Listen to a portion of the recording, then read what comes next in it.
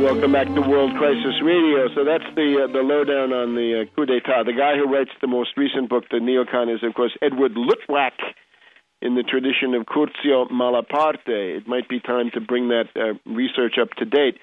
So, as we said, the manic forces of the Joseph Nye Soft Power International Crisis Group, Samantha Power, right? Samantha Power has to take credit, sitting in the White House in the National Security Council, one of the architects, for sure, of the overthrow of Mubarak in Egypt. These other countries now have been warned. Let's see if they have any ability to defend themselves. We're told that King Abdullah of Saudi Arabia, this comes from Israeli sources, was on the telephone with Obama. This was apparently the most acrimonious conversation Obama ever had with a foreign leader, because King Abdullah of Saudi Arabia was beside himself with rage against the dilettante Obama for overthrowing Mubarak. And the story was then that the Saudi king had a mild heart attack, and that this became known. You can see it on the various Israeli websites that this also had some effect on the stock market.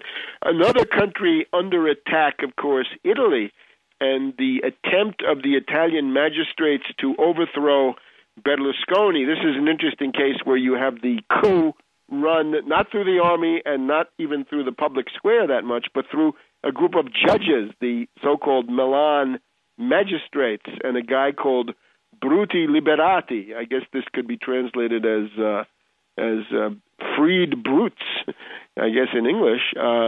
So this magistrate is persecuting Berlusconi with the obvious idea of overthrowing him. And again, no moralistic stuff. This is not the time for Ken Starr. This is pure power politics. This is an ally of Putin in Western Europe. The Berlusconi-Putin axis is very strong, and it's also an attempt to sabotage the South Stream pipeline, which would be an alternative to the essentially NATO-controlled puppet states in Eastern Europe that would be used to periodically sabotage and interrupt the flow of gas, and then blame that on the Russians. So all of these countries are now under likely attack.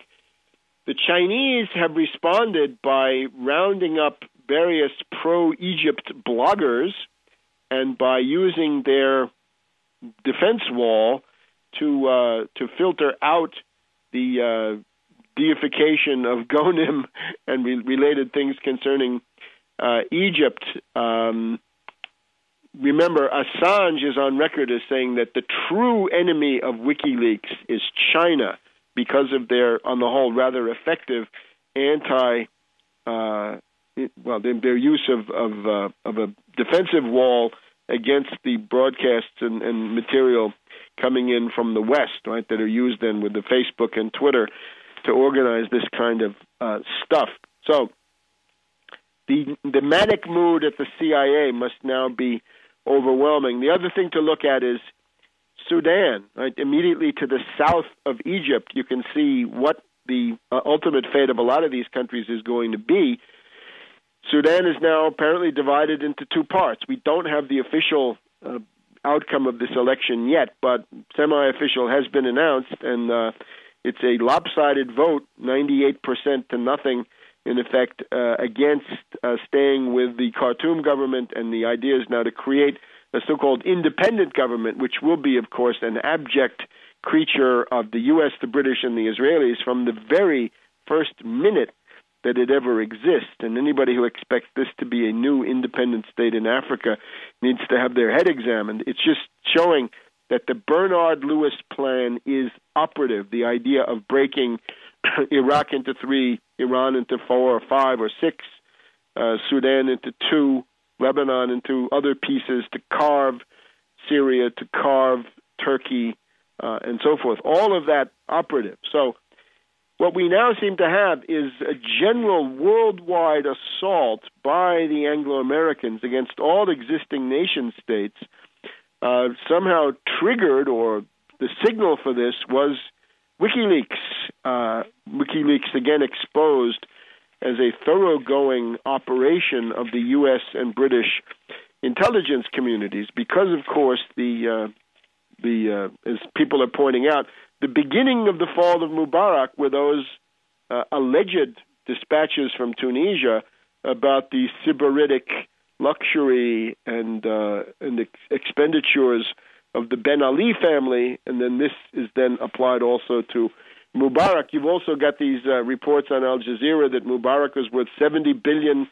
Well, who knows, right? The previous estimates were far less. You remember Imelda Marcos with her shoes, right? When somebody is overthrown by the U.S., they always find some way to show that this person was an evil plutocrat. And I always wondered, how many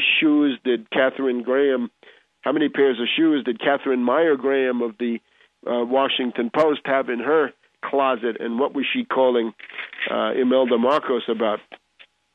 Now let's switch gears, turning away from Egypt, which has inevitably occupied our attention for the last couple of weeks.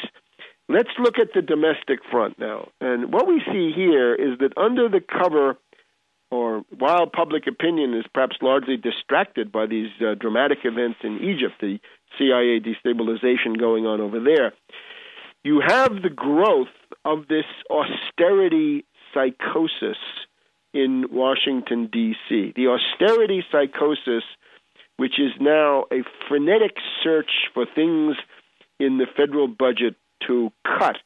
I would give you a historical parallel. Back in the Weimar Republic and in the period of the deflationary depression, 1930, 31, 32, you have this government that we've talked about in the past, Heinrich Brüning, a government that was brought in.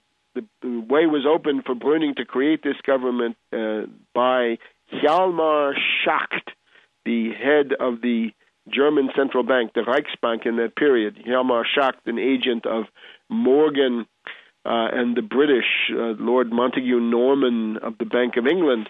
And what Schacht did was to make sure that the existing SPD government, SPD-led government, the Grand Coalition, the Hermann Müller, was overthrown in the spring of 1930, and then brought in Brüning. And Brüning carried out the kind of policy that we're being told is necessary today.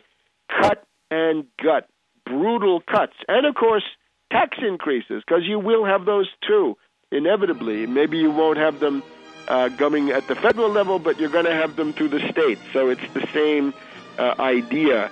The Brüning experience compels our attention right now because it shows that all of this cut and gut is condemned to failure. And we will be back in a minute on World Crisis Radio.